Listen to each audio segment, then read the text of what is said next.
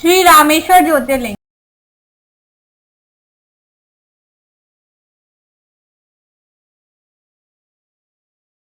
इस ज्योतिर्लिंग की स्थापना मर्यादा पुरुषोत्तम भगवान श्री रामचंद्र जी ने की थी। स्कंद पुराण में इसकी महिमा विस्तार से वर्णित है।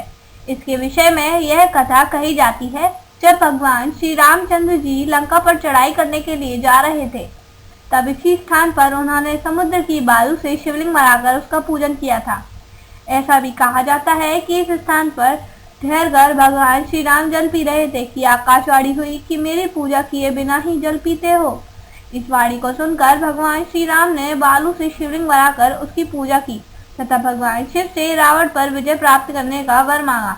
उन्होंने प्रसन्नता के साथ यह वर भगवान श्री राम को दे दिया।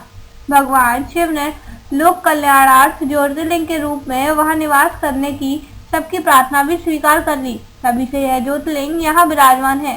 इस ज्योतिर्लिंग के विषय में एक दूसरी कथा है। इस प्रकार कही जाती है, जब भगवान श्री राम रावण का वध करके लौट रहे थे, तब उन्होंने अपना पहला पड़ाव समुद्र के उस पार गंधमादन पर्वत पर डाला था। वहां बहुत से ऋषि और मुनिगण भगवान श्री राम के दर्शन के लिए उनके पास आए। उन सभी का आदर सत्कार करते हुए भगवान श्री राम ने उनसे कहा कि पुलस्त्य के वंशज रावण का वध करने के कारण मुझ पर ब्रह्म हत्या का पाप लग गया है।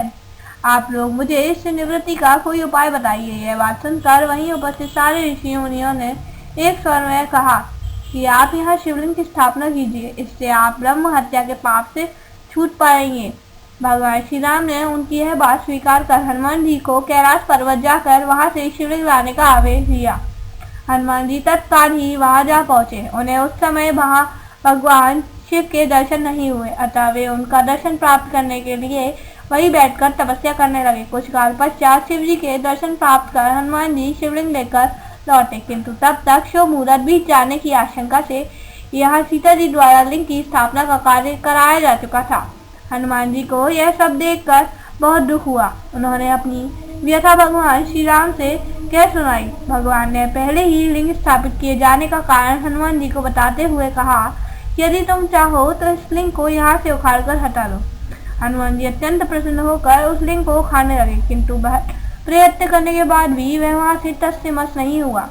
अंत में उन्होंने उस शिवलिंग को अपनी पूंछ से लपेटकर उखाड़ने का प्रयत्न किया, फिर भी ज्यों का त्यों अडिग बना रहा। उल्टे हनुमान जी ही धक्का खाकर उस कोस दूर मूर्छित हो जा गिरे। उनके शरीर से रक्त बहने लगा। यह देखकर सभी लोग अत्यंत व्याकुल हो उठे। माता सीता जी पुत्र से भी प्यारे अपने हनुमान जी के शरीर पर हाथ फेरती हुई विलाप करने लगी। मूर्छा दूर होने पर हनुमान जी ने भगवान श्री राम को परम ब्रह्म के रूप में सामने देखा। भगवान ने उन्हें शंकर जी की महिमा बताकर उनका प्रबोध किया।